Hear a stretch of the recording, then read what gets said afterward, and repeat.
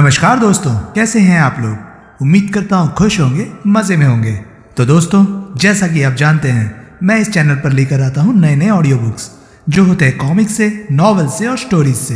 अगर आपको ऐसे कंटेंट पसंद है तो प्लीज़ मेरे चैनल को सब्सक्राइब करें और वीडियोज़ को लाइक करें, क्योंकि मैं ऐसे कंटेंट लाता रहता हूँ। तो चलिए दोस्तों, इसी नोट पर आज की वीडियो शुरू करते हैं। आज की वीडियो में मैं आपको सुनाने वाला हूँ विमल का इंसाफ नॉवल का आखिरी पार्ट, जो है 15वां पार्ट। इसके बाकी के 14 पार्ट्स आप ऑलरेडी सुन चुके होंगे। अगर आपने नहीं सुने तो उनके लिंक्स आपको ऊपर आई बटन से मिल जाएंगे। तो चलिए दोस्तों, ज़्यादा देरी ना करते हुए शुरू करते हैं विमल का इंसाफ नॉवल का 15वां पार्ट। वे हरगिज़ नहीं छोड़ेंगे। मैं कहता हूँ शायद छोड़ दें। उनकी अदावत, उनकी दुश्मनी मुझसे है, ना कि उस लड़की से। मैं वहाँ ज़रूर जाऊँगा। ड्राइवर, गाड़ी वापस मोड़ो। मैं तुम्हें यूँ आत्महत्या नहीं करने दूंगा। तुम्हारे रोके से मैं रुकने वाला नहीं। ठीक है, मैं दूसरी टैक्सी तलाश कर लेता हूँ। विमल ने टैक्सी से बाहर निकलने के उपक्रम में दरवाजे के हैंडल की तरफ हाथ बढ़ाया। रुक जाओ, वागले बर्फ से सर्द स्वर में बोला। विमल ने घूमकर उसकी तरफ देखा। वागले ने फिर रिवॉल्वर निकाल ली थी और उसे उसकी तरफ तान दिया था। अगर तुम जान ही देना चाहते हो, वागले बोला, तो उसके लिए होटल वापस जाने की ज़रूरत नहीं। तुम्हारा ये काम तो मैं यहीं किए देता हूँ। तुम मुझे शूट करोगे? खामखा नहीं। अगर तुम मजबूर करोगे तो तुम मुझे वापस नहीं जाने दोगे? हरगिज़ नहीं। वैसे ही जैसे मैं तुम्हें किसी कुएं में नहीं कूदने दूंगा, किसी बस के आगे छलांग नहीं लगाने दूंगा। वागले, तुम नहीं जानते हो तुम क्या कर रहे हो। तुम नहीं जानते हो उस लड़की की मेरे लिए क्या अहमियत है। तुम नहीं। वो लड़की तुम्हारे जिगर का टुकड़ा है, तुम्हारा दिल है, तुम्हारी जान है, तुम्हारा पूरा वजूद है। लेकिन फिर भी जो कदम तुम उठाना चाहते हो वो मैं तुम्हें नहीं उठाने दूंगा। सुनो, तुम सुनो। अगर उन लोगों ने अब तक लड़की को कुछ नहीं कहा तो अब भी वे फ़ौरन उस पर जुल्म ढाना शुरू नहीं कर देने वाले। तुमने अभी उनसे फ़ोन पर बात की है। जब तक उन्हें तुम्हारे लौटने की उम्मीद होगी तब तक तो वो इंतज़ार करेंगे ही। उन्होंने मुझे शाम तक का वक्त दिया है, तो फिर तुम अभी क्यों वहाँ दौड़े चले जाना चाहते हो? ज़रा सब्र से काम लो। जाना ही है तो शाम को चले जाना। कम से कम एक बार मिल तो लो उन लोगों से जिनसे मैं मिलवाने के लिए तुम्हें ले जा रहा हूँ। विमल हिचकिचाया। कहना मानो दोस्त, हो सकता है हम ही लोग नीलम की रिहाई की कोई सूरत सुझा सके। अच्छी बात है, विमल हथियार डालता हुआ बोला। Thank you. अब चैम्बूर पहुंचने तक मैं यूं ही रिवॉल्वर ताने रहूं या इसे जेब में रख लूं? जेब में रख लो। वादा करते हो कि मुझे धोखा देकर नहीं भाग जाओगे? मैं नहीं भागूंगा। वादा करते हो? वाहिगुरु दी सौ, नहीं भागूंगा। Thank you. वागले ने रिवॉल्वर वापस जेब में रख ली। रिसीवर पटकते ही सुलेमान वापस घूमा और चारों प्यादों में से जो प्यादा उसके सबसे करीब था उसके चेहरे पर उसके दाएं हाथ का भरपूर घुंसा टकराया। प्यादा पलटकर अपने एक साथी की बाहों में जाकर गिरा, संभला और अपना जबड़ा सहलाता हुआ हैरानी से सुलेमान का मुंह देखने लगा। कमीनो, नाकारो, अंधो, सुलेमान दहाड़ा। ये छोकरी यहाँ से सोहल को कोई इशारा करने में कामयाब हो गई और तुम्हें खबर तक ना लगी? तुम इसकी रखवाली कर रहे थे या सो रहे थे? लेकिन साहब, मार खाया प्यादा फरियाद करता हुआ बोला, इसने किसी को इशारा नहीं किया। ये तो चुपचाप पलंग पर बैठी थी। और किया है, ज़रूर किया है, वरना सोहल के आने की जगह यहाँ उसका फ़ोन क्यों आया? वरना यहाँ फ़ोन करते ही उसने मेरे से बात कराए जाने की मांग क्यों की? और उसे कैसे मालूम हो सकता था कि उसकी ये छोकरी हमारे कब्जे में थी? कैसे भी दी है, हमने दी है उसे कोई वार्निंग। कोई कुछ न बोला। सब उलझन में थे और रह रहकर हैरानी भरी निगाहों से नीलम को देख रहे थे। सोहल, सुलेमान ने दांत पीसे। हरामजादा सोहल, उल्लू का पट्टा सोहल, यहाँ तक पहुँच कर भी नहीं पहुँचा। पहुँच जाएगा सुलेमान साहब, शांतिलाल बोला। जब तक ये लड़की यहाँ है तब तक भला कैसे नहीं पहुँचेगा वो यहाँ? लड़की? सुलेमान बोला। फिर जैसे सुलेमान के गुस्से के तूफान को फट पड़ने के लिए एक नई दिशा मिल गई। उसने आगे बढ़कर नीलम को बालों से पकड़ लिया और उसे घसीटकर अपने पैरों पर खड़ा कर दिया। क्या इशारा किया था तूने अपने यार को? वो उसे झंझोड़ता हुआ गरजा। क्या इशारा किया था? वो खामोश रही। सुलेमान के दोनों हाथ मशीन की तरह उसके जिस्म के विभिन्न भागों से टकराने लगे, लेकिन उस पीड़ा और अपमान का एहसास उस वक्त उसे नहीं था। उस वक्त वो खुश थी कि माँ भगवती ने उसकी प्रार्थना कबूल कर ली थी।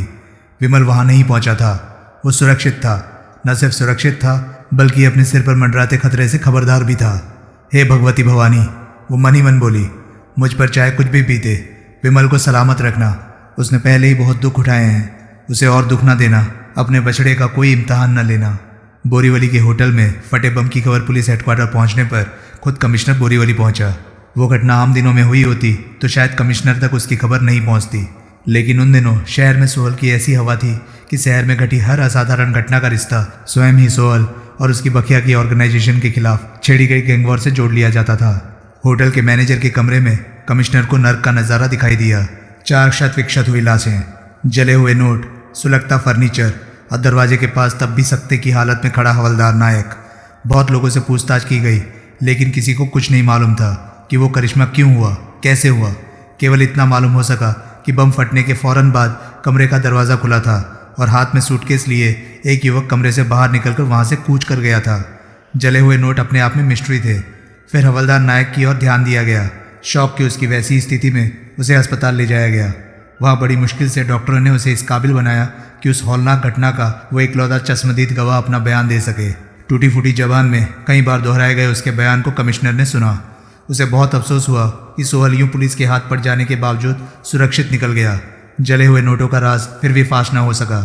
उस नई घटना ने पुलिस की जानकारी में सिर्फ इतना इजाफा किया कि सोहल के साथ कोई खूबसूरत युवती भी थी। पुलिस की जीप बोरीवली स्टेशन से बरामद हुई। उसे फिंगरप्रिंट्स के लिए चेक करवाया गया। जीप पर से इस्ताहारी मुजरिम सरदार सुरेंद्र सिंह सोहल की उंगलियों के कई निशान बरामद हुए। शक की रही से गुंजाइश भी खत्म हो गई। वो सोहल ही था जो पुलिस के चुंगल में फंस चुका होने के बावजूद एक करिश्मे की तरह, एक छलावे की तरह वहां से भाग निकला था। भागकर कहाँ गया था विमल? कहाँ गई थी उसकी जोड़ीदार लड़की? विमल की मुलाकात शांताराम के भाइयों से हुई। तुकाराम ने संक्षेप में उसे बताया कि कैसे उनसे मिसेस पिंटो के बंगले से उसके पीछे लगकर उसका ठिया ठिकाना जाना था और वास्तव में उनकी उसमें क्या दिलचस्पी थी। यानी कि विमल बोला, जिस आग में हाथ डालने की तुम लोगों की हिम्मत नहीं है, उसमें हाथ डालने के लिए तुम लोग मुझे चिमटे की तरह इस्तेमाल करना चाहते हो। कुछ भी कह लो, तुकाराम बोला, लेकिन इस हकीकत से तुम इनकार नहीं कर सकते कि हम तुम्हारे बहुत काम आ सकते हैं। हम चारों भाई बखिया के खिलाफ तुम्हारे 2 हाथों को 10 हाथ बना सकते हैं। बदले में मुझे क्या करना होगा? वही जो कर रहे हो। बखिया के खिलाफ जो जंग तुमने छेड़ी है उसे तब तक यूं ही जारी रखना होगा जब तक काले पहाड़ की सारी बादशाह ताश के ढेर की तरह ढह न जाए। मैं तो काले पहाड़ के साथ अपनी जंग खत्म हो चुकी समझ बैठा था, लेकिन उन हरामजादों ने मुझे धोखा दिया। धोखा? विमल ने उन्हें पिछली रात 3.25 लाख रुपए की अदायगी और बम लगे ब्रीफकेस की बात सुनाई। ओह, तुकाराम बोला, लेकिन दोस्त, तुम्हारा ये सोच लेना ही नादानी थी कि वे लोग यूँ तुम्हारे सामने झुक जाएंगे। उनके 3.25 लाख रुपए की अदायगी के लिए यूँ मान जाने से ही तुम्हें शक हो जाना चाहिए था कि वे तुम्हारे खिलाफ कोई नई चाल चल रहे थे। मैं उनका जान और माल का इतना नुकसान कर चुका था कि मैंने सोचा था कि उन्हें अक्ल आ गई थी। उन्हें अकल आ गई थी कि 3.25 लाख रुपए की मामूली रकम के लिए ऐसी लड़ाई मोल लेना बेमानी थी। सवाल रकम का नहीं है, बालेराम बोला, सवाल बखिया की साख का है जिसे तुम धूल में मिलाने पर तुले हुए हो। वे तुम्हें एक काला पैसा भी हर जाने के नाम पर अदा करेंगे तो काले पहाड़ की बादशाहत हिल जाएगी, बखिया के नाम पर थू थू हो जाएगी। तुम्हारे कामयाब हो जाने की बात यहाँ किसी से छुपी तो रह नहीं सकती। तुम्हारी कामयाबी के जरिए साया बम्बई शहर में इतने विमल बखिया के खिलाफ सिर उठाकर खड़े हो जाएंगे कि वो पनाह मांगता फिरेगा। बखिया बहुत खतरनाक आदमी है। वो पाताल से निकलकर आसमान पर पहुंचा है। एक जूते पॉलिश करने वाले छोकरे से वो एशिया का नार्कोटिक्स किंग बना है। वो ऐसी नौबत नहीं आने दे सकता। बखिया से टक्कर लेना, जीवाराम बोला, या उसे झुका लेना। इतना आसान होता तो हम क्या एक पिटे हुए जानवर की तरह दुम दबाए छुपे बैठे होते? तुम क्या समझते हो कि अपने भाई और उसके कुनबे का हौलनाक हत्याओं का ख्याल करके हमारा खून नहीं खोलता? बखिया का नाम वैसे ही काला पहाड़ नहीं पड़ गया है, देवाराम बोला। वो वाकई पहाड़ है और पहाड़ को झुकाना क्या कोई हंसी खेल होता है? मेरे भाई ठीक कह रहे हैं, तुकाराम बोला। दोस्त, ये बात तो तुम कतई भूल जाओ कि कंपनी को धमकाकर तुम उससे कोई हर्जाना वसूल कर सकते हो। वे लोग कयामत के दिन तक तुम्हें हर्जाना नहीं चुकाने वाले। लेकिन जब बखिया इतना ही अड़िग और शक्तिशाली है तो आप ये कैसे समझते हैं कि हम लोग मिलकर उसकी बादशाहत को ताश के ढेर की तरह ढा सकते हैं? ये एक जुआ है, तुकाराम बोला, जो कामयाब भी हो सकता है और नाकामयाब भी। आज की तारीख में बखिया 70 साल का आदमी है और कंपनी के सक्रिय निज़ाम से लगभग रिटायर हो चुका है। जो जंग तुमने बखिया के खिलाफ छेड़ी है, अगर तुम उसे बरकरार रख सको तो आने वाले दिनों में हो सकता है बखिया के अपने ही ओहदेदार उसके खिलाफ हो जाएं। सिर्फ उसी सूरत में बखिया की बादशाह ढह सकती है। तभी कंपनी मुलायम भी पड़ सकती है और तुम्हारी शर्तों पर तुमसे समझौता भी कर सकती है। ओह देखो, बालेराम बोला, हम बखिया की खिलाफत तो करना चाहते हैं। अपने भाई और उसके परिवार की मौत का बदला तो हम कंपनी से लेना चाहते हैं, लेकिन आत्महत्या करने का हमारा कोई इरादा नहीं है। बखिया की खिलाफत में हम बखिया के कहर से बच नहीं पाएंगे। इस हकीकत से और बखिया की ताकत से हम अच्छी तरह से वाकिफ़ हैं, इसलिए हम भीगी बिल्ली बने बैठे हैं। लेकिन तुम्हें डाल बनाकर हम बहुत कुछ कर सकते हैं। जो जिहाद तुमने कंपनी के खिलाफ छेड़ा है, बम्बई के अंडरवर्ल्ड के बच्चे बच्चे को उसकी वाकिफियत है। अंडरवर्ल्ड में तुम्हारी भी कोई कम जय जयकार नहीं है। क्रिमिनल वर्ल्ड में तुम वन मैन ऑर्गेनाइजेशन के नाम से जाने जाते हो। अंडरवर्ल्ड की निगाह में बकिया को अपना मैच अभी मिला है, इसलिए हर कोई सांस रोके इस मुकाबले के नतीजों का इंतजार कर रहा है। आज की तारीख में बम्बई में ऐसा माहौल बना हुआ है कि बम्बई में कंपनी के खिलाफ जो भी कदम उठेगा उसके लिए तुम्हें जिम्मेदार माना जाएगा। हम इस सिचुएशन का फ़ायदा उठाना चाहते हैं। तुम्हारी ओट में बकिया की बादशाह की दीवार को हम भी धक्का देना चाहते हैं, लेकिन हम ये नहीं चाहते कि बकिया की तवज्जो हमारी तरफ हो। हम चाहते हैं कि डंका तो तुम्हारे नाम का ही बजे, लेकिन कंपनी के खिलाफ तुमसे ज़्यादा नहीं तो तुम्हारे बराबर की तबाही हम भी मचा कर दिखाएं। बाले ठीक कह रहा है, तुकाराम बोला। जीवाराम ने भी सहमति में सिर हिलाया। हर बात पर ऐतराज़ करने वाले, हर बात में नुक्स निकालने वाले देवाराम ने भी सहमति में सिर हिलाया। लेकिन मेरा मकसद, विमल बोला, इस वक्त बकिया की बादशाहत को ढाना नहीं है। इस वक्त मेरा अहम और इकलौता मकसद कंपनी के चुंगल से नीलम को छुड़ाना है। उसकी भी हम कोई सूरत निकालेंगे। तुकाराम बोला। कब निकालोगे? सुलेमान ने मुझे सिर्फ शाम तक का वक्त दिया है। हम शाम से पहले ही कोई सूरत निकालेंगे। लेकिन बालेराम बोला, तुम्हें हम होटल के पास नहीं फटकने देंगे। तो तुम हौसला रखो। जीवाराम बोला, हम चारों भाई ज़रूर कुछ करके दिखाएंगे। तुम शाम तक तो इंतज़ार करो। शाम के इंतज़ार में मैं हाथ पर हाथ रखे नहीं बैठ सकता। विमल बोला, लेकिन तुम्हारा होटल जाना भी तो, होटल जाए बिना भी बहुत कुछ किया जा सकता है। क्या? एक काम है मेरी निगाह में। क्या? विमल ने बताया, लेकिन कोई आश्वस्त नहीं हुआ। किसी को विमल की बात न जची। देखो, विमल ने समझाने की कोशिश की, नीलम की गिरफ्तारी और उसकी संभावित दुर्गति के पीछे एक इकलौते आदमी की जिद है, मोहम्मद सुलेमान की। जिद में फंसा आदमी विवेक से काम नहीं लेता। मैं कंपनी के उससे ऊंचे ओहदेदार तक पहुंचूंगा और उसे समझाऊंगा कि नीलम की एक जान के बदले में कंपनी की 10 या 20 या 50 जाने जाती देखना कोई समझदारी का काम नहीं माना जा सकता। मैं जॉन रॉड्रिगेज से बात करूंगा। अगर मेरी बात उसे जच गई तो फिर वही सुलेमान को मजबूर कर देगा कि वो नीलम को छोड़ दे। अगर ना जची तो इस सवाल का जवाब मैं शाम तक दूंगा। शाम तक कंपनी के 10-20 महत्वपूर्ण आदमियों का सफाया करना तो दूर, इतने आदमियों की बाबत तुम जानकारी तक हासिल नहीं कर सकोगे। कंपनी के ओहदेदार की जानकारी हासिल करने का मेरे पास एक बहुत अच्छा सोर्स है। कौन सा? विमल ने उन्हें संध्या के बारे में बताया। और फिर वो बोला, एक आध ओहदेदार की जानकारी तो मुझे इसी वक्त है जिस पर कि मैं फ़ौरन टूट पड़ सकता हूँ। ठीक है फिर, तुकाराम बोला। शाम तक हम दोनों अपनी अपनी लाइन आजमाते हैं। उसके बाद महफिल बर्खास्त हो गई। जैकब सर्कल की 8 मंजिली इमारत चंपक भाई मेंशन में केवल 2 लिफ्टें थीं। उनमें से एक सिर्फ 6ठी, 7वीं और 8वीं मंजिल के लिए थी, जिसकी वजह से उसमें अपेक्षाकृत कम लोग सवार होते थे। उस लिफ्ट के लिफ्टमैन ने जब लिफ्ट ग्राउंड फ्लोर पर लाकर खड़ी की तो दरवाज़ा खुलने पर सिर्फ एक डाकिये ने भीतर कदम रखा। अपनी टोपी ठीक करता और डाक का थैला संभालता विमल बोला, 6ठा माला। लिफ्टमैन ने सहमति में सिर हिलाया और पिंजरे से सिर निकालकर झांका। शायद कोई और पैसेंजर दौड़ा चला आ रहा हो। लिफ्ट में लगे शीशे में झांककर विमल ने चेक किया कि उसके ऊपरी होंठ पर चिपकी मूछें और उसकी नाक की फुन की पट्टी का मोटे मोटे शीशों वाला चश्मा अपनी अपनी जगह सलामत थे। आज क्या बात है? लिफ्टमैन विमल से बोला। अभी 10 मिनट पहले तो एक डाकिया यहाँ से होकर गया है। अपन रजिस्ट्री वाला डाकिया है बाप, विमल बोला। सिर्फ रजिस्टर्ड डाक लाता है।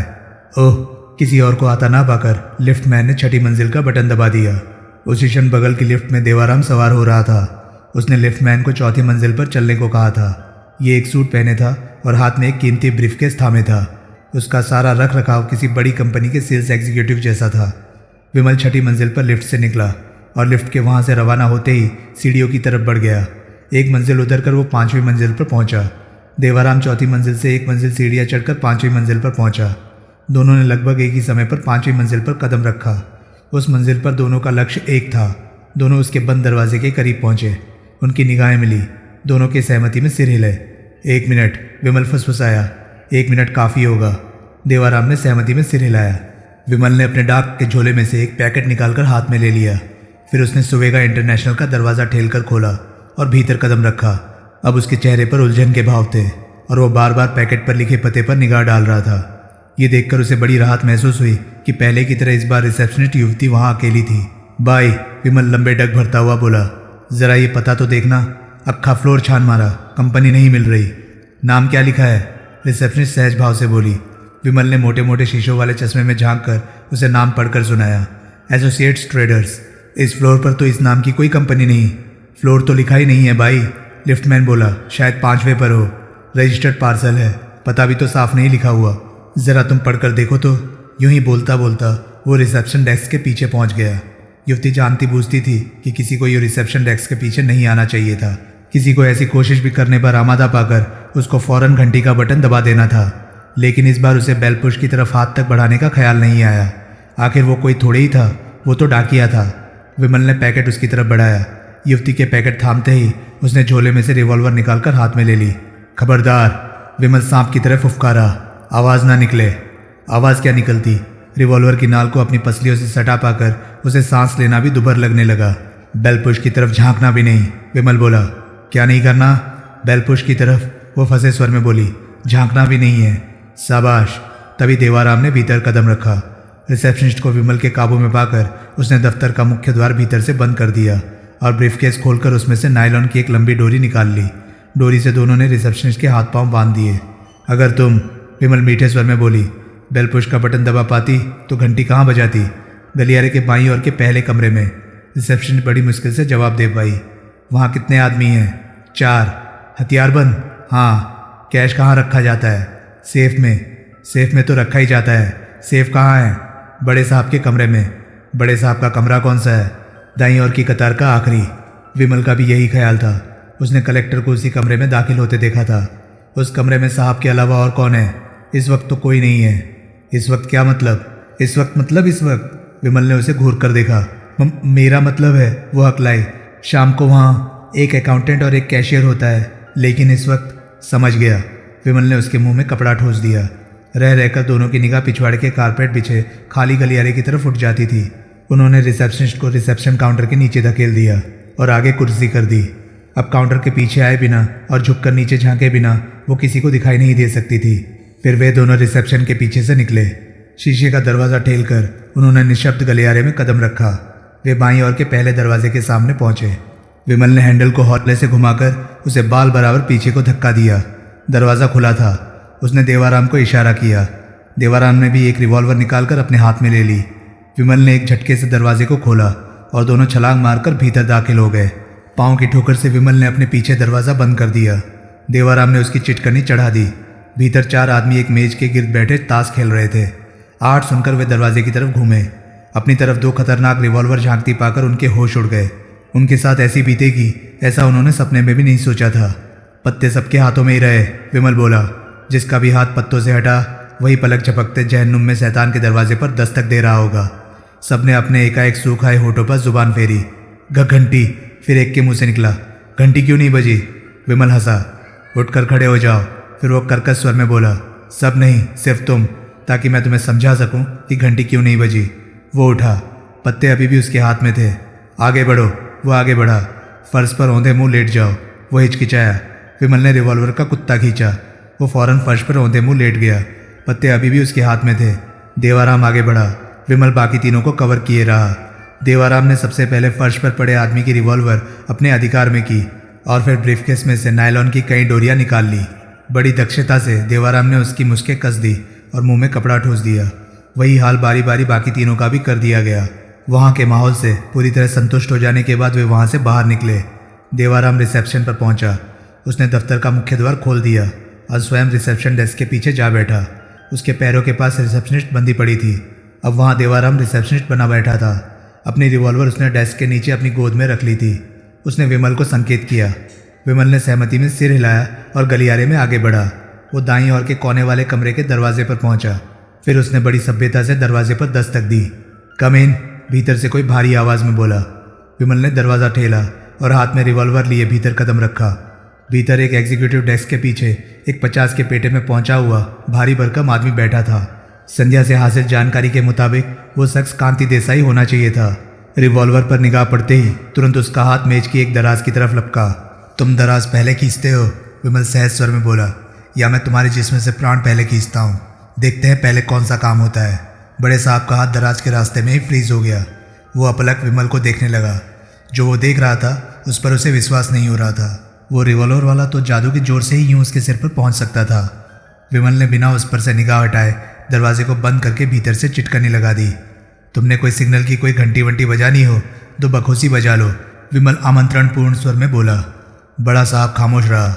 उसके होंठ भिजकर लकीर बन गए और उसके गले की घंटी जोर से उछली। तुम देसाई हो ना, कांति देसाई? उसने सहमति में सिर हिलाया। विमल ने देखा कि सेफ उसके पीछे थी और वो इस प्रकार बनी हुई थी कि सिर्फ उसका दरवाज़ा ही दिखाई दे रहा था। सेफ चाबी से खुलने वाली थी। चाबी कहाँ है? विमल बोला। कौन सी चाबी? कांति देसाई बोला। वो भरसक प्रयत्न कर रहा था कि वो भयभीत ना लगे, लेकिन कामयाब नहीं हो पा रहा था। सेफ की चाबी दराज में, और रिवॉल्वर भी दराज में। वो खामोश रहा। उठो। वो उठा। अब तक उसके वजन के नीचे दबी कुर्सी यूं चरमराई जैसे उसने चैन की सांस ली हो। सेफ के पास जाकर खड़े हो जाओ। उसने आदेश का पालन किया। विमल ने आगे बढ़कर बारी बारी मेज के तीनों दराज खोले। भीतर पड़ी रिवॉल्वर की उसने गोलियां निकाल ली और रिवॉल्वर वापस रख दी। गोलियां उसने रद्दी की टोकरी में डाल दी। फिर उसने चाबियां देसाई की तरफ उछाल दी। देसाई वास्तव में भीतर से कितना डरा हुआ था वो इसी बात से साबित होता था कि मुश्किल से 5 फुट के फासले से अपनी तरफ उछाली गई चाबियां वो लपक ना सका। चाबियों का गुच्छा उसके पैरों के पास फर्श पर जाकर गिरा। उसने झुककर चाबियां उठा ली। सेफ खोलो। बिना हुज्जत के उसने सेफ खोल दी। अभी भी अपने कंधे पर लटका डाक का झोला विमल ने कंधे से उतारा। उसने झोले की डाक मेज पर पलट दी और झोला देसाई की तरफ उछाल दिया। विमल को कहने की भी जरूरत नहीं पड़ी कि वो देसाई से क्या चाहता था। उसने तुरंत सेफ में से नोटों की गड्डियां निकाल कर झोले में भरनी आरंभ कर दी। 2 मिनट में सेफ खाली हो गया। कितना? विमल ने पूछा। 22 लाख। देसाई अपने होठों पर जुबान फेरता हुआ बोला। समझ लो कंपनी का सिर्फ 22,000 रुपये का नुकसान हुआ है। क्या? आज मटके में कौन सा नंबर निकला है? 55। समझ लो मैंने 55 नंबर पर 22,000 रुपये लगाए थे। वो खामोश रहा। सेफ बंद कर दो और आकर अपनी कुर्सी पर बैठ जाओ। उसने सेफ का केवल पल्ला ही भिड़ाया। बंद करने को अब उसमें बाकी ही क्या था।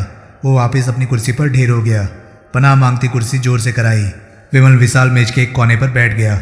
रिवॉल्वर की नाल से उसने मेज पर पड़े टेलीफोन को उसकी तरफ धकेला। फ़ोन करो, उसने आदेश दिया। किसे? रॉड्रिगेज को। किसे? जॉन रॉड्रिगेज को। विमल आंखें निकाल कर बोला। जानते नहीं हो उसे? मैं उसे फ़ोन करूं? हाँ। किस लिए? ताकि मैं उससे बात कर सकूं। मैं रॉड्रिगेज साहब को फ़ोन नहीं कर सकता। तुरंत विमल के चेहरे पर बड़े हिंसक भाव आए। मैं चाहकर भी उन्हें फ़ोन नहीं कर सकता।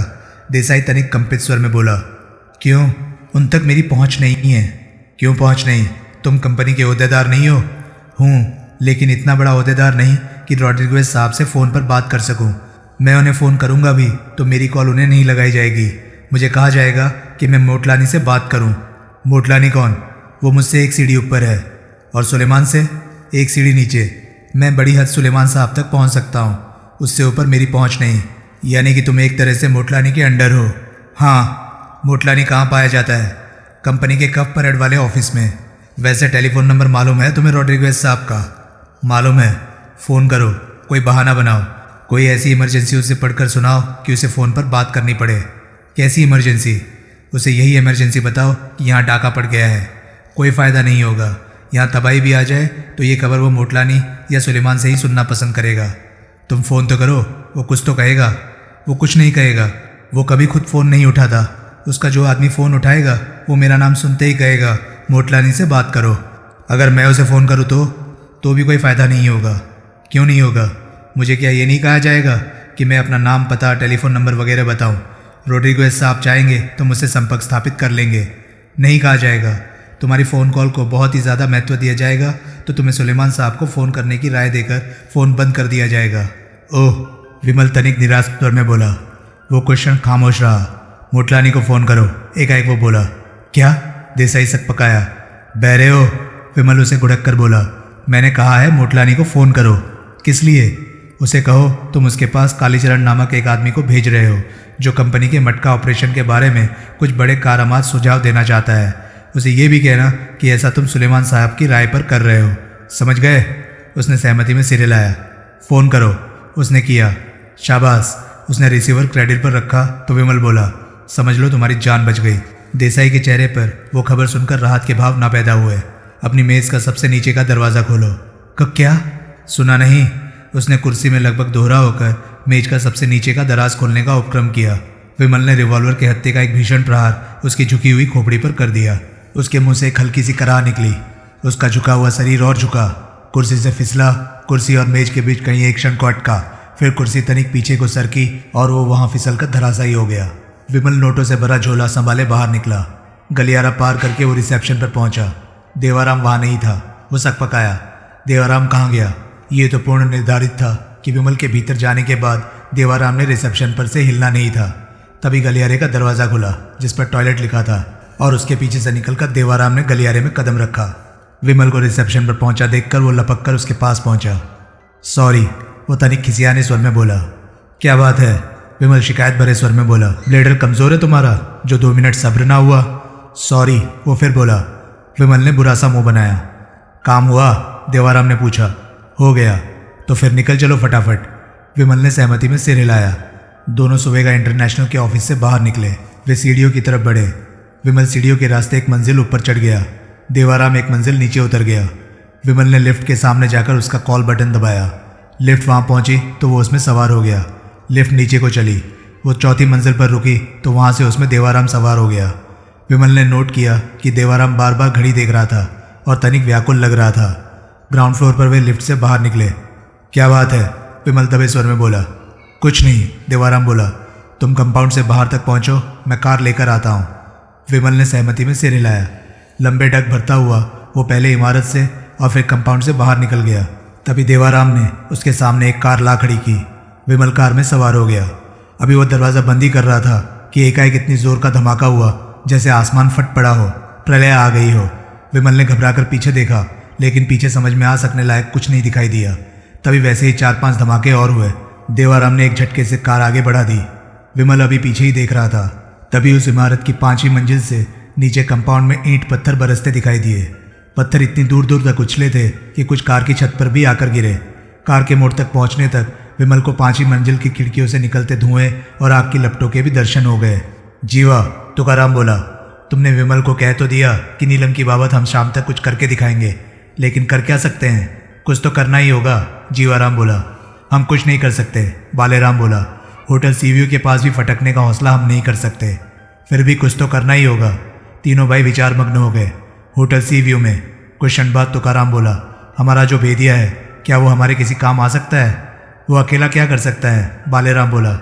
शायद कुछ कर सकता हो, तुकाराम बोला। उससे फ़ौरन संपर्क हो सकता है? फ़ौरन तो नहीं हो सकता, बहरहाल कोशिश करो उससे संपर्क की। बेहतर, तुका, एकाएक जीवाराम बोला। जीवाराम ने अपने भाई की तरफ देखा। एक तरकीब हो सकती है। क्या? जीवाराम ने तरकीब बताई। दोनों भाइयों को तरकीब पसंद आई। उन्होंने उसका अनुमोदन किया। बढ़िया, तुकाराम संतुष्टिपूर्ण स्वर में बोला। पीछे एकाएक जोर का शोर उठा। विमल को यह देखकर बड़ी हैरानी हुई। जैसा कि स्वाभाविक था, उससे अपेक्षित था। देवाराम ने एक बार भी घूमकर पीछे देखने की कोशिश नहीं की थी।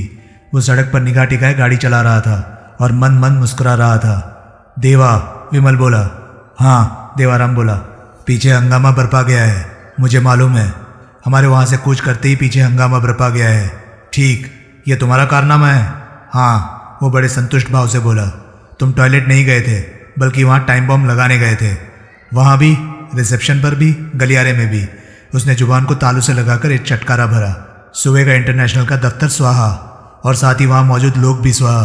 कांति देसाई, गार्ड्स, रिसेप्शनिस्ट और जो भी लोग वहाँ मौजूद थे। बराबर, साला कोई नहीं बचा होगा। तुमने इतने बेगुनाह लोगों की जान ले ली। वे सब काले पहाड़ की ऑर्गेनाइजेशन के पुर्जे थे, देवाराम विष भरे स्वर में बोला।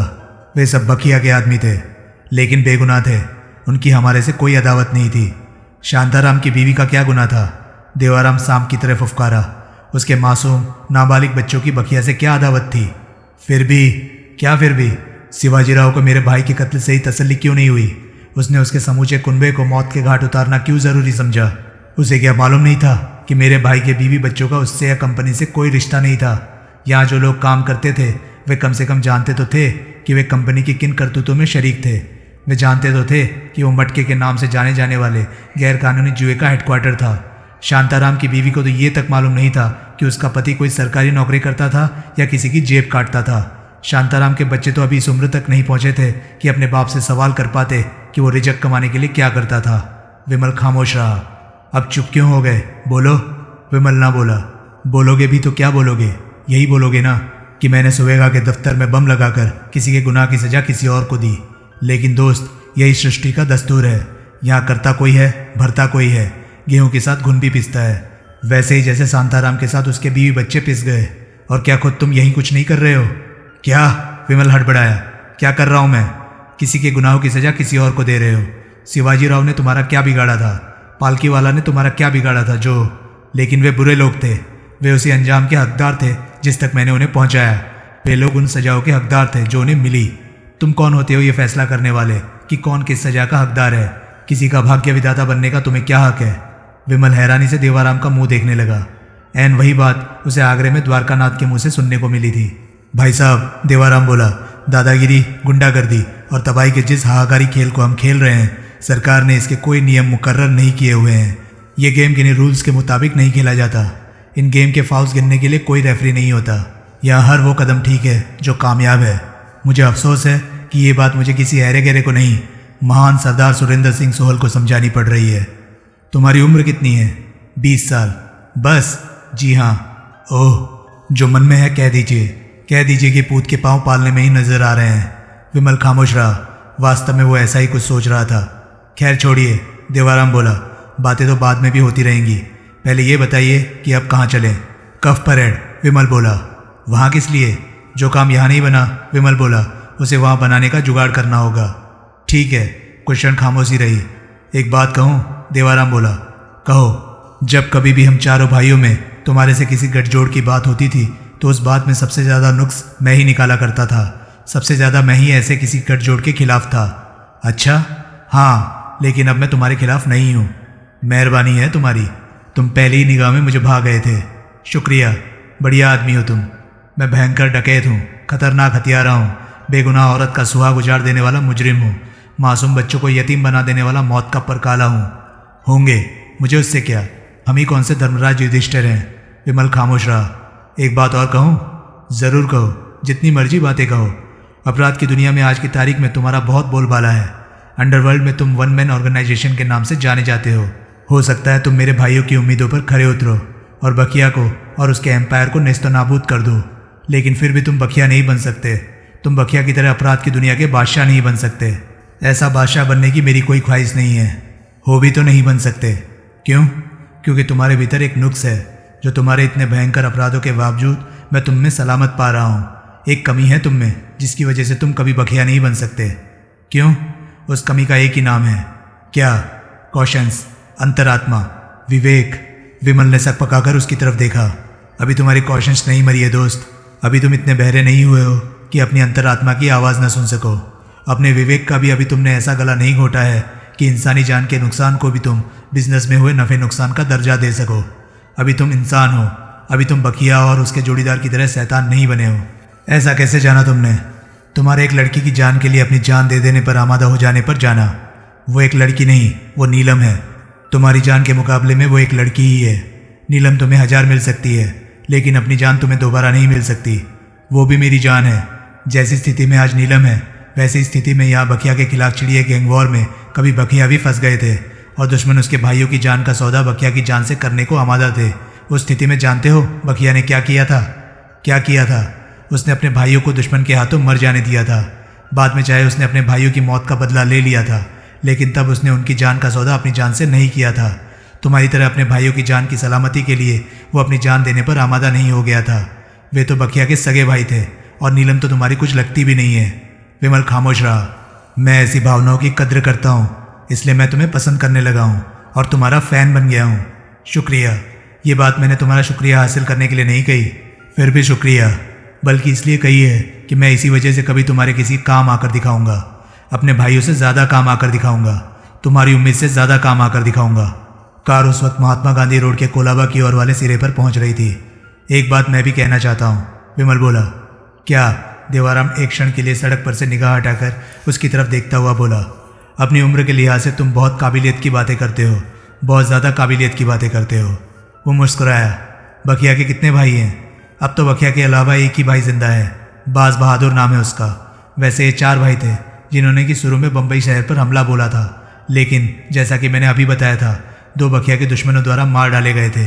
बखिया का बाकी बचा भाई भी उसके इसी फैमिली ट्रेड में है। पहले था, अब नहीं है। अब क्यों नहीं है? क्योंकि अब बाज बहादुर बखिया उस दुश्मन से हार चुका है जिससे हर कोई हारता है। मतलब आज की तारीख में वो विधि के विधान की मार खाया हुआ है, दोनों टांगों से लाचार बिस्तर पर पड़ा हुआ है, हर क्षण मौत के करीब सरकता जा रहा शख्स है।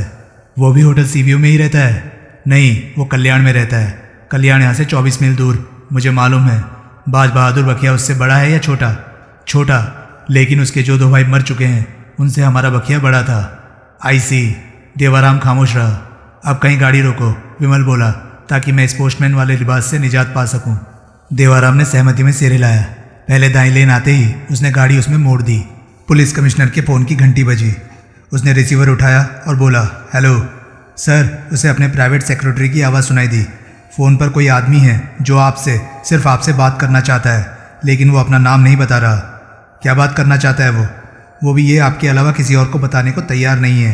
कमिश्नर तजुर्बेकार पुलिसिया था। वो जानता था कि ऐसी कॉल पुलिस के किसी मुखबिर की ही हो सकती थी। बात कराओ, वो बोला। एक क्षण बाद एक खट की आवाज़ हुई और फिर एक नई आवाज़ कमिश्नर के कान में पड़ी। हेलो कमिश्नर साहब, बोल रहा हूँ। कमिश्नर साहब, आपको मैं ऐसी खबर सुनाने जा रहा हूँ जिसे सुनकर आपकी तबीयत फड़क उठेगी। मैं सुन रहा हूँ। मैं आपको ये बताने जा रहा हूँ कि खतरनाक इश्तेहारी मुजरिम सरदार सुरेंद्र सिंह सोहल कहाँ छुपा हुआ है। कहाँ छुपा हुआ है? कमिश्नर व्यग्र भाव से बोला। आपकी जानकारी के लिए उसके साथ एक लड़की भी है। सिर्फ लड़की के जिक्र से ही कमिश्नर को विश्वास हो गया कि फ़ोन करने वाले की बात दमदार हो सकती थी। कमिश्नर रोशेशन बोरीवली से वापस लौटा था और वहाँ से पहले ये स्पष्ट संकेत मिल चुका था कि उसकी जोड़ीदार के तौर पर सोहल के साथ कोई लड़की थी। कौन लड़की? प्रत्यक्ष वो बोला। उसका नाम नीलम है और वो दोनों अपने आप को पति पत्नी बताते हैं, लेकिन वो सिर्फ एक कवर है। हकीकतन उन दोनों की कोई रिश्तेदारी नहीं। वो है कहाँ? बताता हूँ, यही बताने के लिए फ़ोन किया है। लेकिन आप ये बताइए कि मेरे से हासिल इस जानकारी के दम पर अगर आप सोहल को गिरफ्तार कर लेते हैं तो मुझे उसकी गिरफ्तारी पर घोषित 1.25 लाख रुपए का इनाम मिलेगा या नहीं? मिलेगा, ज़रूर मिलेगा। तुम अपना नाम पता बोलो। वो मैं अभी आपको नहीं बता सकता। नाम नहीं बताओगे तो इनाम कैसे मिलेगा तुम्हें? नाम बताऊंगा, सब कुछ बताऊंगा। मैं खुद आपसे आकर मिलूंगा, लेकिन अभी नहीं। तो फिर कब? जब सोहल जेल के मजबूत सींचों के पीछे पहुंच जाएगा। तुम्हें उससे खतरा है? बहुत ज़्यादा। आप सोहल को नहीं जानते। मुखबिरी करने वाले का वो खून पी जाता है, लेकिन बाद में हम तुम्हें पहचानेंगे कैसे? वो मैं पहचानवा दूंगा।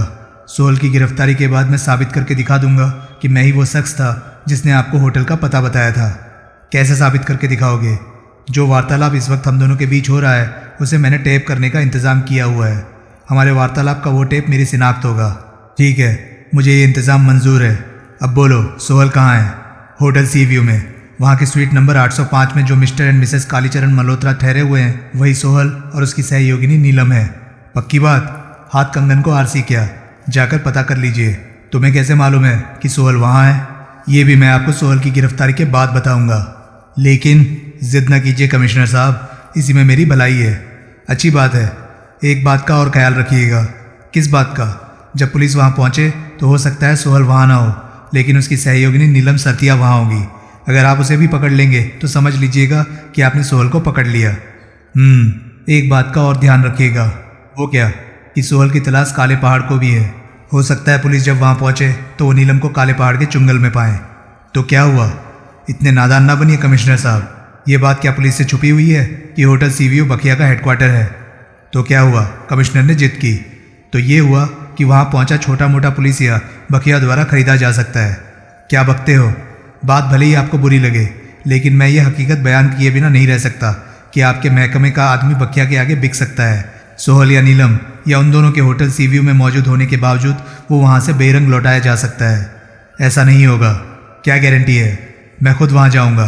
अगर तुम समझते हो कि मैं बखिया के हाथों बिक सकता हूँ तो हरगिज़ भी नहीं माई बाप। लानत भेजिए मुझ पर अगर मैं ऐसी बात सोचूँ भी तो।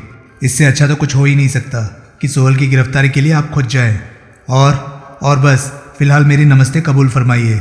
आपसे फिर मुलाकात होगी सोहल की गिरफ्तारी के बाद। हमारे इस वार्तालाप के टेप के साथ। विमल ने सूट पहन लिया और वो रिवॉल्वर को अपनी पतलून की बेल्ट में खोसने लगा। बेकार, देवाराम बोला। क्या मतलब? विमल सक पकाया। मैं कंपनी के कफ परेड के ऑफिस से नावाकिफ नहीं हूँ। वहाँ कोई आदमी कंपनी के ओहदेदार के पास हथियार के साथ नहीं पहुँच सकता। अच्छा? हाँ, हथियार के लिए तुम्हारी तलाशी हो चुकने के बाद ही तुम्हें मोटलानी के ऑफिस में कदम रखने दिया जाएगा। उसके बाद भी उसका कोई बॉडीगार्ड हर वक्त वहाँ मौजूद हो तो कोई बड़ी बात नहीं। हथियार के बिना वहाँ पहुँचकर मैं क्या कर पाऊँगा? शायद कर पाओ। कैसे? हथियार तुम्हारे पास नहीं होगा, लेकिन वहाँ तो कईयों के पास होगा। तो किसी से छीन लेना। विमल हंसा। तुम तो यूं कह रहे हो जैसे मैंने किसी बच्चे के हाथ से लॉलीपॉप छीनना हो। देवाराम ने उसके हंसने की परवाह नहीं की। उसने अपना ब्रीफकेस खोला और कोट के बटन के आकार की एक डिबिया सी उसमें से निकाली। ये प्लास्टिक बॉम्ब है, देवाराम बोला। मामूली, नुकसान रहित। ये किसी की जान नहीं ले सकता। नहीं जहाँ ये फूटेगा वहाँ ये भारी क्षति पहुँचा सकता है। लेकिन फूटने पर ड्रामेबाजी ये वैसे ही पैदा करता है जैसे कोई घातक बम पैदा कर सकता है। आवाज़ तो ये मामूली करेगा, लेकिन धुआं काफ़ी पैदा करेगा। शोला उसमें से काफ़ी ज़ोर का लपकेगा और ऐन पास खड़े आदमी को इतना घायल ज़रूर कर देगा कि 4-6 दिन वो किसी काम का ना रहे। आईसी, वहाँ कदम रखने से पहले इसे मुंह में रख लेना, ताकि अगर तलाशी हो तो इसकी खबर ना लगे। फिर ज़रूरत पड़ने पर इसे जोर से फर्श पर पटक देना, ये फूट जाएगा। गुड। जब ये मुंह में हो तो जोश में इस पर दांत न मार बैठना। किसी और की जान चाहे ये नहीं ले सकता, लेकिन मुंह में फटने पर ये तुम्हारी जान ज़रूर ले लेगा। भेजा उठ जाएगा तुम्हारा। मैं ख्याल रखूँगा। विमल ने अपनी रिवॉल्वर देवाराम को सौंप दी और उससे वो बटन जैसा प्लास्टिक बम लेकर जेब में रख लिया। एक बात और, देवाराम बोला। वो क्या? विमल बोला।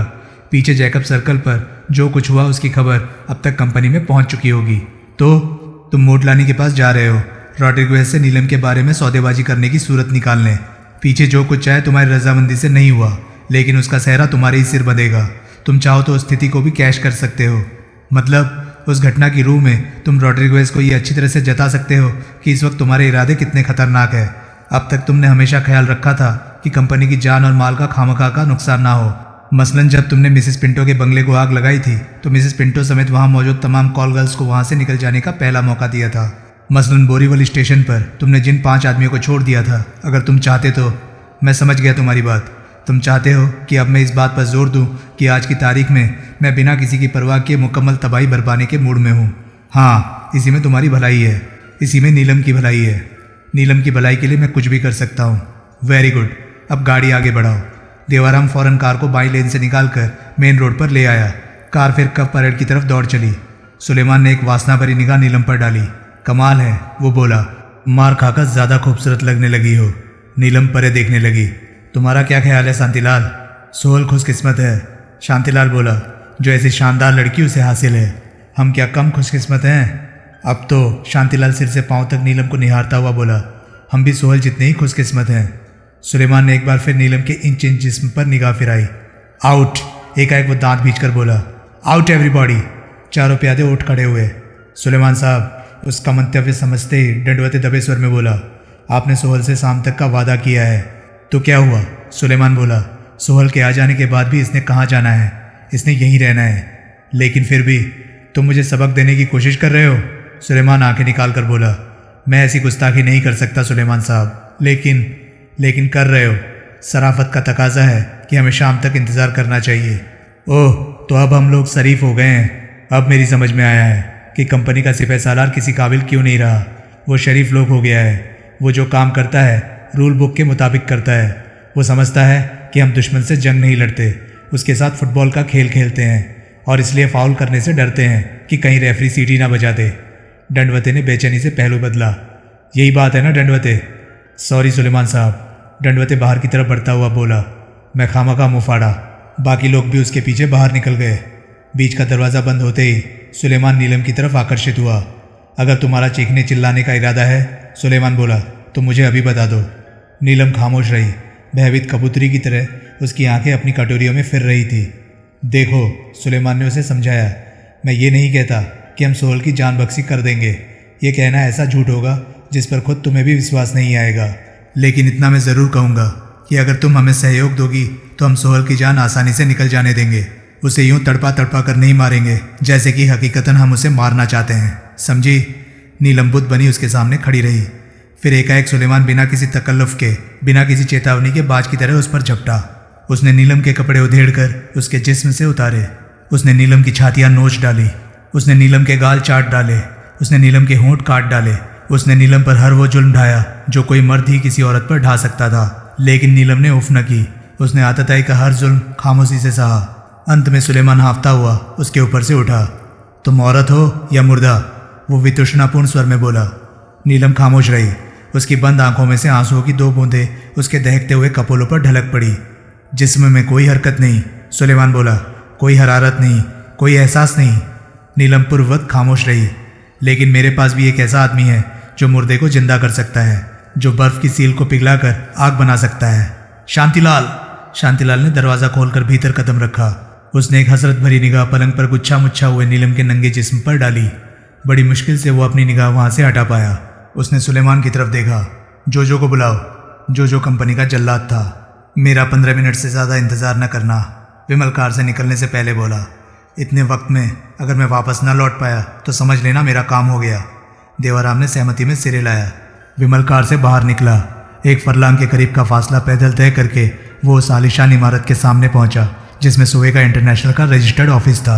उसने एक सावधान निगाह दाएं बाएं डाली और फिर इमारत में कदम रखा। सड़क से पार एक सुवेगा इंटरनेशनल के ऑफिस वाली इमारत जितनी ही ऊंची इमारत थी। उस इमारत में भी विभिन्न कंपनियों के ऑफिस ही थे। उस इमारत की पहली मंजिल पर सामने की तरफ एक ऑफिस था जो कि उस वक्त खाली था। उस ऑफिस में एक खिड़की के पास कुर्सी डाले एक आदमी बैठा था जिसका वाहिद काम उन लोगों की निगरानी था जिनकी आवाजाही सुवेगा के ऑफिस में होती थी। वो एक अरसे से अपने उस काम को अंजाम दे रहा था, इसलिए वो न सिर्फ सुवेगा के तमाम स्थायी कर्मचारियों और अधिकारियों को पहचानता था बल्कि उन लोगों को भी पहचानता था जिनका सुवेगा से सीधा संबंध नहीं था लेकिन जो वहाँ अक्सर आया करते थे। उस आदमी का नाम जिमी था। उस वक्त मूंछ और चश्माधारी जो युवक इमारत में कदम रख रहा था उसे देखकर जिमी चौंका। सांता मारिया, वो होठों में बुदबुदाया। मैं जो देख रहा हूँ ठीक दिख रहा हूँ? जिमी की निगाह बहुत पैनी और पारखी थी, इसलिए उसे वहाँ उस काम पर लगाया गया था जिसे कि वो कर रहा था। जो आदमी उस वक्त सुवेगा के ऑफिस में कदम रख रहा था उसे वो गोवा में कैलाश मल्होत्रा के नाम से जानता था, लेकिन अब उसे मालूम था, मुद्दत से मालूम था कि वो कथित कैलाश मल्होत्रा कभी वास्तव में गोवा में मैगवेल अल्फांसो की सोलमर नाइट क्लब का कैशियर था और जो कभी गोवा में छिड़ी उस भयंकर गैंगवॉर की वजह बना था जिसमें कि बिशंबर दास नारंग की जान गई थी। वास्तव में मशहूर इश्तेहारी मुजरिम सुरेंद्र सिंह सोहल था। उसके मेकअप के बावजूद जिमी ने उसे पहचान लिया था। आखिर गोवा में उसने सोहल को कई बार बहुत करीब से देखा था। उसने मेज पर पड़ा एक टेलीफोन अपनी तरफ घसीटा और बड़े हड़बड़ाए ढंग से एक नंबर डायल किया। दूसरी तरफ से तुरंत उत्तर मिला। मारिया, जिमी सावधानी से बोला। हाँ, उत्तर मिला। क्या है? बड़ी फड़कती हुई खबर है। क्या? अभी अभी सुवेगा के दफ्तर में सोहल के कदम पड़े हैं। सोहल? कौन सोहल? शांता मारिया, क्या सवाल किया है? जिससे गोवा में जूते खा चुके हो उसे इतनी जल्दी भूल गए? शटअप। शटअप होने के लिए तो मुझे फ़ोन बंद करना पड़ेगा बाप। तुम सरदार सुरेंद्र सिंह सोहल की बात कर रहे हो? एक ही तो सोहल है बात करने के काबिल। वो अभी सुवेगा के दफ्तर में घुसा है। हाँ, उसके साथ और कितने आदमी हैं? एक भी नहीं। यानी कि वो अकेला है? एक भी नहीं का मतलब 17 नहीं होता, तो अकेला ही है। जिमी, ज़्यादा स्मार्ट बनने की कोशिश ना करो। ये कोशिश तो ज़रूरी है बाप। मैं ज़्यादा स्मार्ट ना बनता तो सोहल को पहचानता कैसे? उसने इमारत में ही तो कदम रखा है। तुम्हें ये कैसे मालूम है कि वो सुवेगा में गया है? बाप, सुवेगा के अलावा सोहल की दिलचस्पी के काबिल और क्या धरा है उस इमारत में? फिर भी ये कि सुवेगा के रिसेप्शन ऑफिस की खिड़की बाहर की तरफ खुलती है और इस वक्त सोहल मुझे वहाँ बैठे रिसेप्शनिस्ट के सामने खड़ा दिखाई दे रहा है। दूसरी ओर से कोई आवाज़ ना आई। हेलो, जिमी बोला। मैं सोच रहा हूँ, आवाज़ आई। ग्रेट, जिमी तनिक व्यंग्यपूर्ण स्वर में बोला। ये सोहल का बच्चा वॉल्ट की फिराक में हो सकता है। अकेला? हाँ, जिमी हंसा। हंसो मत, उसके कान में मारियो की गुर्राहट पड़ी। फिर तुम भी कोई अकल की बात करो बाप। सोहल सोहल है, कोई जादूगर तो नहीं, खुदा तो नहीं। और भला वो वहाँ क्यों आया होगा? किसी भी वजह से आया हो। कोई अकेला आदमी बकिया की फेमस लिटिल ब्लैक बुक झपटने में कामयाब हो जाए, ये मैं नहीं मानता। तुम सोहल को नहीं जानते। जानता हूँ, तुम्हारे जितना तो जानता ही हूँ बाप। बहस मत करो। ओके, टाइम क्या हुआ है? टाइम हुआ है। जिमी ने रिसीवर दूसरे हाथ में पहुँचाया और कलाई घड़ी पर निगाह डाली। सांता मारिया, क्या हुआ? बाप, घड़ी रुकी पड़ी है, उसे चालू कर लो और इमारत से बाहर फुटपाथ पर मेरा इंतज़ार करो। मैं 10 मिनट में वहाँ पहुँच रहा हूँ। अगर सोहल उससे पहले वहाँ से निकल कर चलता बने तो उसके पीछे लग जाना और उसका कोई पक्का पता ठिकाना ट्रेस करके वापस लौटना। कहाँ? वहीं जहाँ से बोल रहे हो इडियट। ओके, संबंध विच्छेद हो गया। आगे की कहानी मौत का नाच में जारी। तो दोस्तों, यहाँ पे ख़त्म होती है विमल का इंसाफ नॉवल। तो आपको ये नॉवल कैसा लगा प्लीज़ कमेंट सेक्शन में अपनी राय ज़रूर बताएं। और हाँ, अगर आपको मेरे वीडियोस पसंद आ रहे हैं तो प्लीज़ उन्हें लाइक करें और चैनल को सब्सक्राइब करें, क्योंकि मैं ऐसे कंटेंट लाता रहता हूँ। तो चलिए दोस्तों, मैं अब आपको मिलता हूँ अगली नॉवल में। तब तक के लिए नमस्कार, गुड बाय। सेफ रहिए, खुश रहिए, मज़े करिए।